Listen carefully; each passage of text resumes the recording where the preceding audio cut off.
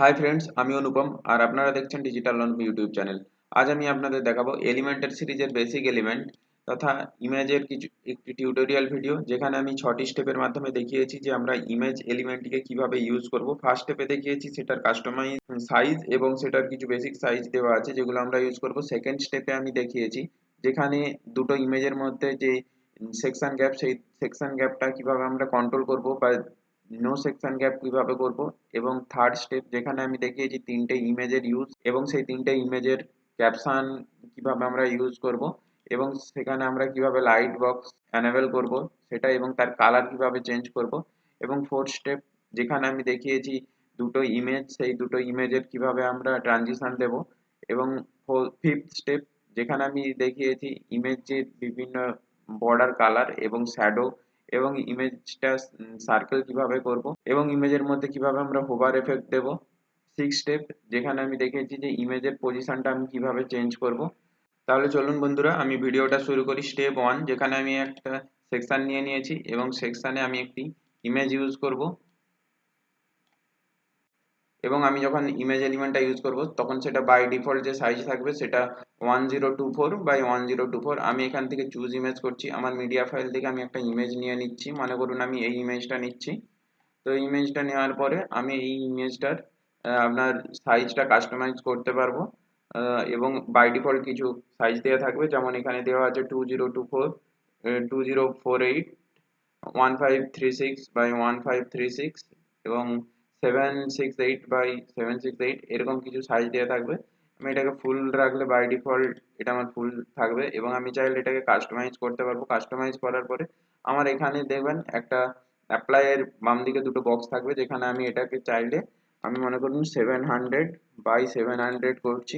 তাহলে সেই ক্ষেত্রে দেখবেন যে আমার ইমেজের সাইজটা অ্যাপ্লাই করার পরে আমি আমার ইমেজের সাইজটা পাবো।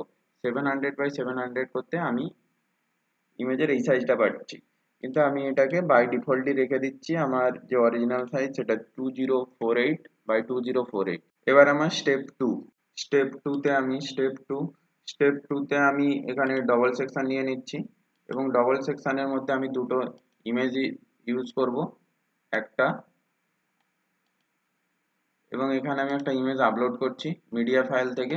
মনে করুন আমি এই ইমেজটা আপলোড করছি, যেখানে আমি এটার নাম দিচ্ছি আপনার অল টেক্সটে আমি মেটা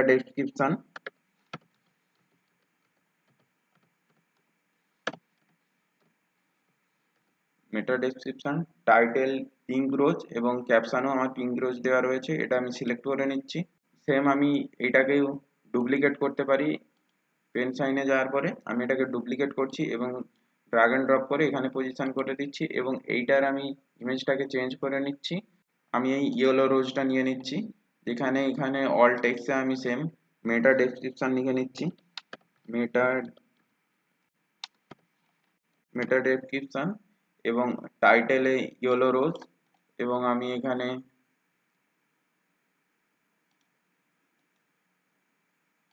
পেস্ট করে নিচ্ছি।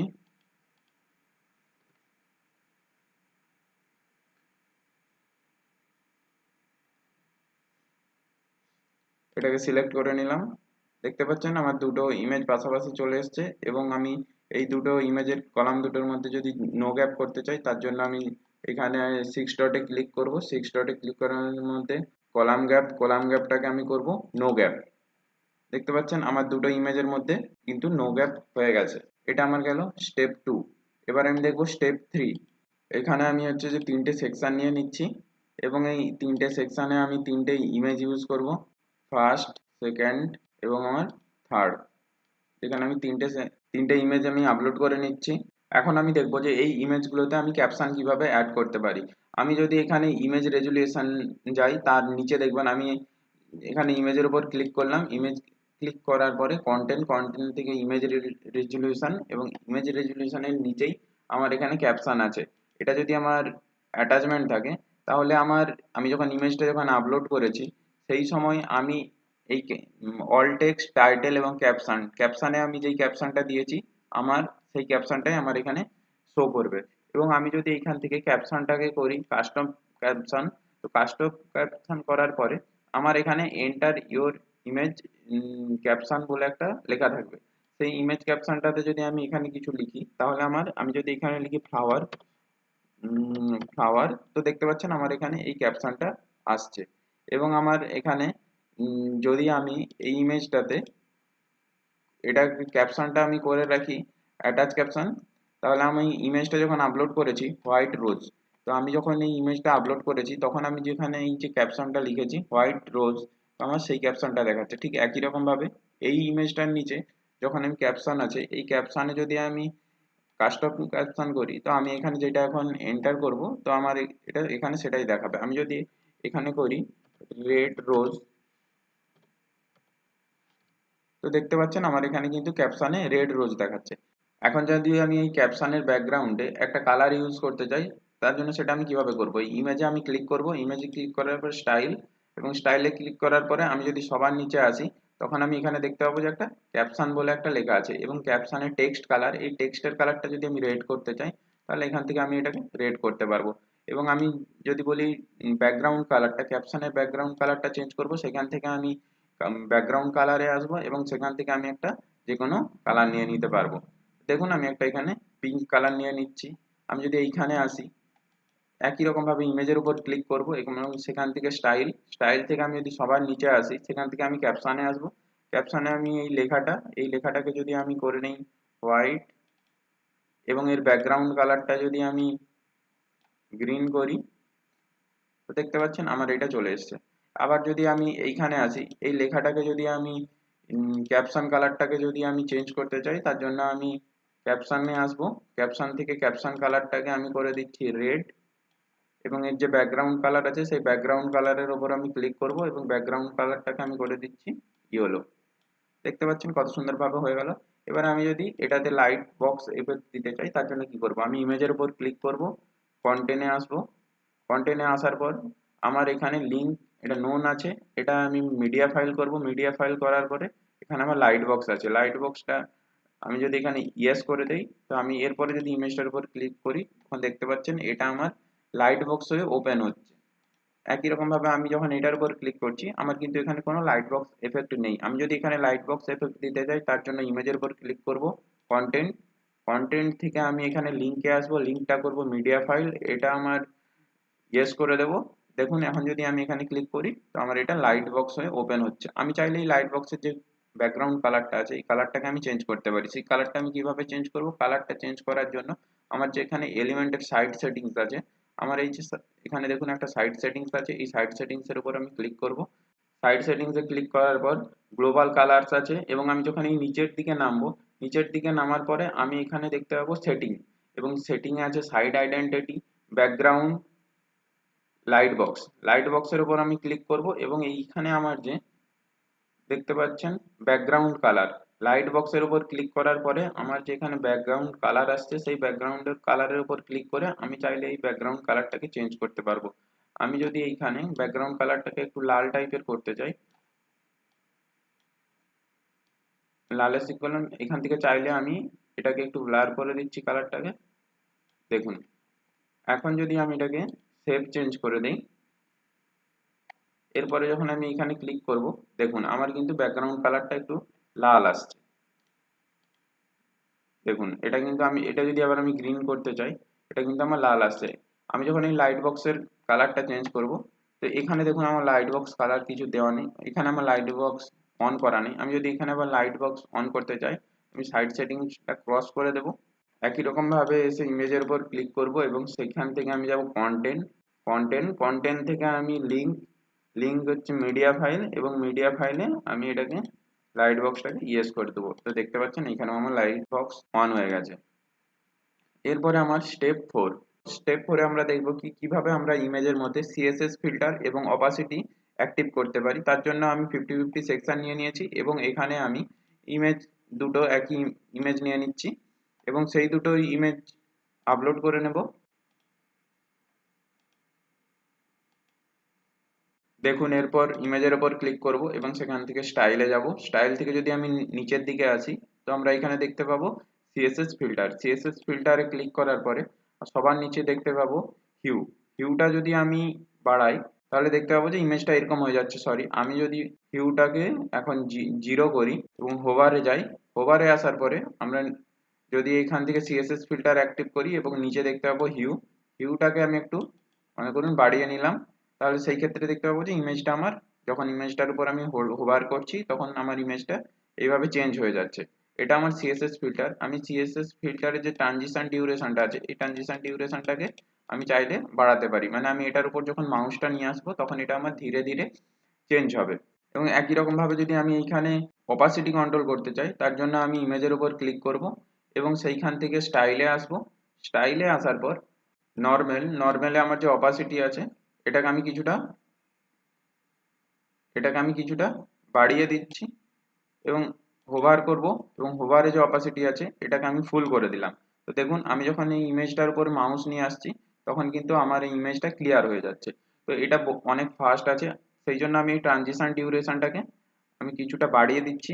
তো এবারে যদি আমি মাউস আনি তাহলে আমি দেখতে পাবো যে ধীরে ধীরে এটার কালারটা চেঞ্জ হয়ে যাচ্ছে এবং এখানেও যদি আমি মাউস আনি ধীরে ধীরে দেখবো এটার মধ্যে আমার সিএসএস ফিল্টারটা অ্যাক্টিভ লাগছে। তো এটা আমার গেল স্টেপ 4 এবং আমি এবারে দেখবো স্টেপ 5। স্টেপ 5 এর জন্য 50-50 সেকশন নিয়ে নেওয়ার পরে সবার প্রথমে আমি এখানে একটা ইমেজ অ্যাড করছি। তো এরপরে আমি যদি স্টাইল আসি, স্টাইল থেকে আমি সবার নিচে এখানে দেখতে পাবো আমার আছে বর্ডার টাইপটাকে আমি এখানে সলিড করে দিচ্ছি এবং আমার বর্ডার উইথটা এটাকে আমি 3 করে দিলাম।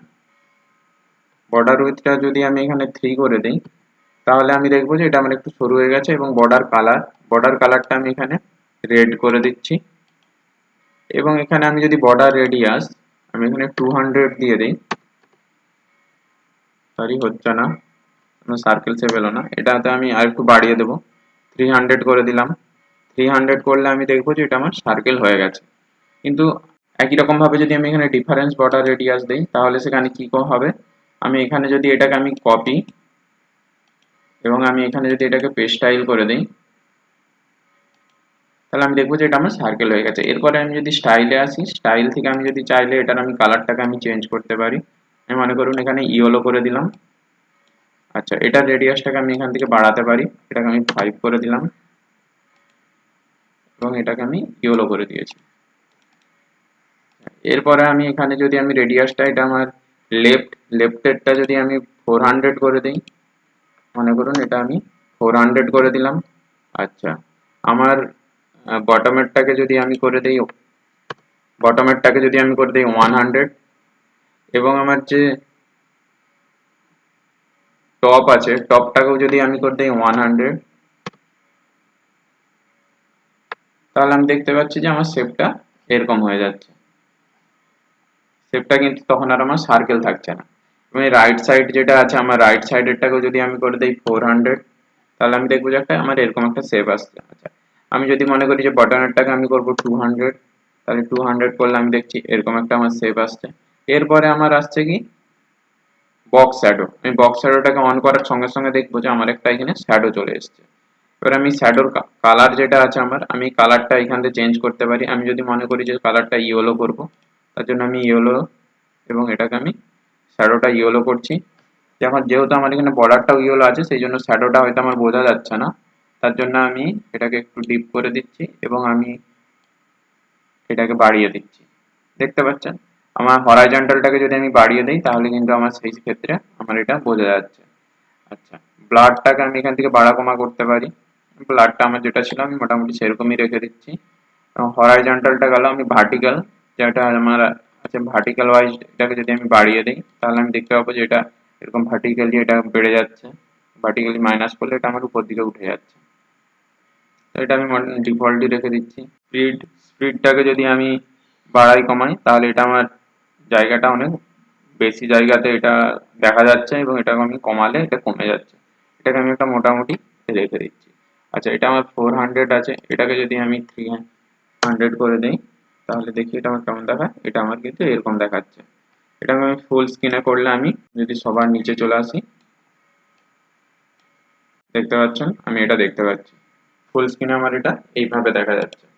আচ্ছা, এবারে আমি দেখবো আমি দুটো ডিফারেন্ট ইমেজ ইউজ করছি, তার জন্য আমি একটা 50-50 সেকশন নিয়ে নেব এবং সেই ইমেজটা ইউজ করার পরে আমি যদি এখান থেকে ইমেজ নিয়ে নিলাম এবং আমি আবার একটা ইমেজ নিয়ে নিচ্ছি, এখানে নিয়ে নিলাম। এখানে আমি একটা ইমেজ ইউজ করছি যেটা আমার 1:1 রেশিওতে থাকবে, মানে 1080x1080 বা 180x180 এরকম আর কি। তার জন্য আমি এখানে এলাম, তার জন্য আমি কন্টেন্ট থেকে আমি চুজ ইমেজ, মিডিয়া লাইব্রেরি থেকে আমি একটা ইমেজ নিয়ে নিচ্ছি, যেটা আমার এই ইমেজটা আছে 2160 আচ্ছা, আমি এই ইমেজটা একটা নিয়ে নিলাম। আমি আরেকটা ইমেজ নিয়ে নিচ্ছি যেটা আমার ডিফারেন্ট সাইজ থাকবে।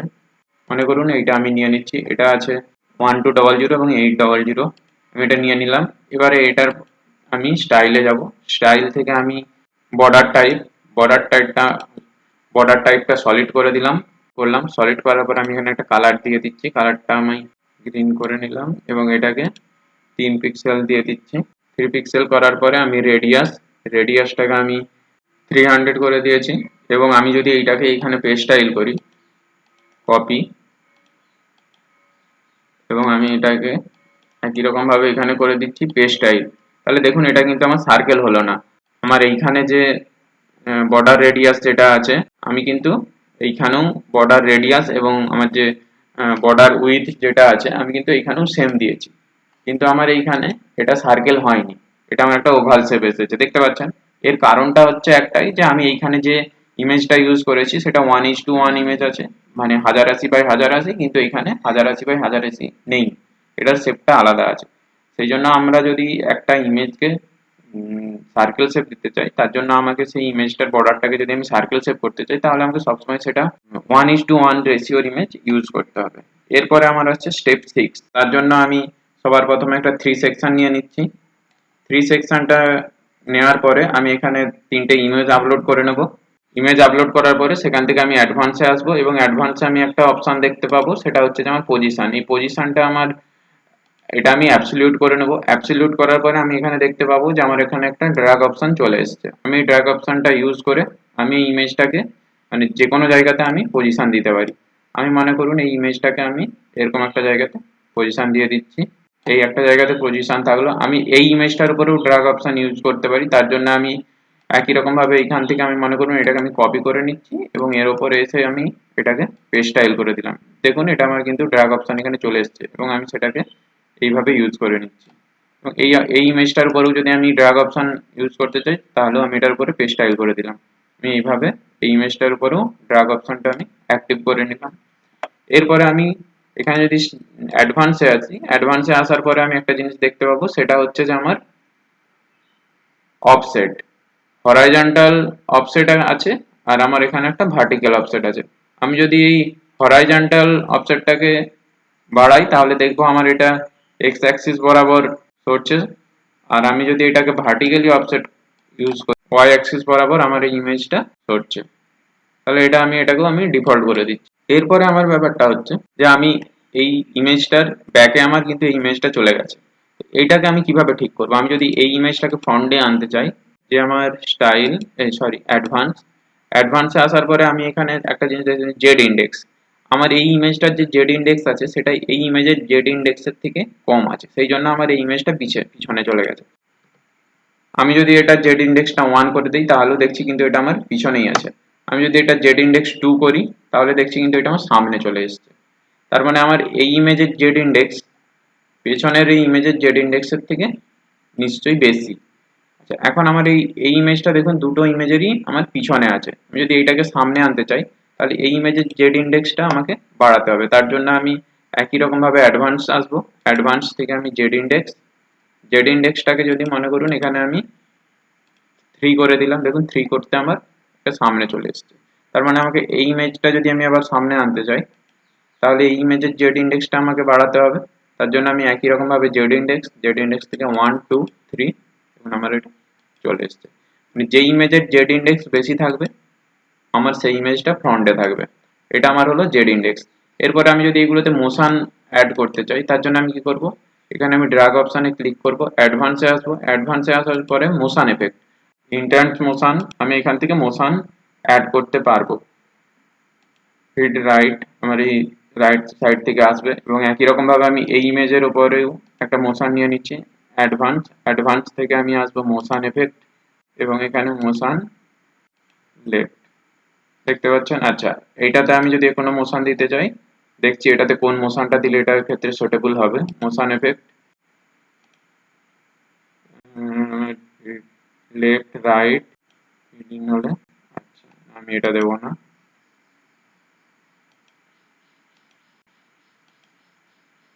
ডাউন, সরি এটাও না, না এটা 5, আমি এই মোশনটা আমি দিতে পারি। এটা যদি আমি প্রিভিউ করি তাহলে এটা আমার কিরকম লাগবে। প্রিভিউ, সবার নিচে আসি, দেখুন আমার এটা এরকম দেখাচ্ছে। তো এটা খুব সুন্দর দেখাচ্ছে। তাহলে বন্ধুরা আজকে আমরা দেখলাম যে কিভাবে আমরা একটা ইমেজের উপর 3টে ইমেজ ইউজ করে এখানে বিভিন্ন পজিশন দিয়েছি, জেড ইন্ডেক্স অন করেছি এবং সেই জেড ইন্ডেক্স ইউজ করে আপনাদের দেখিয়েছি সেটা মোশন এফেক্ট দিলে সেটা কিরকম দেখাবে। আমি যদি এটাকে আরেকবার রিলোড করে আপনাদেরকে দেখাই, তাহলে দেখুন এটা এইভাবে অ্যাপেয়ার হচ্ছে। আরেকবার আমি রিলোড করছি, দেখুন এরকম আসছে। তাহলে বন্ধুরা আজকের ভিডিওটা এই পর্যন্ত। আশা করি আপনাদের ভিডিওটা খুব ভালো লেগেছে। ভিডিওটা যদি ভালো লেগে থাকে বা আপনাদের ডেভেলপমেন্টে যদি কোনো রকম হেল্প করে থাকে, অবশ্যই আমার চ্যানেলটা সাবস্ক্রাইব করে দেবেন। আর চ্যানেলটা লাইক, কমেন্ট এবং শেয়ার করতে ভুলবেন না। Thank you.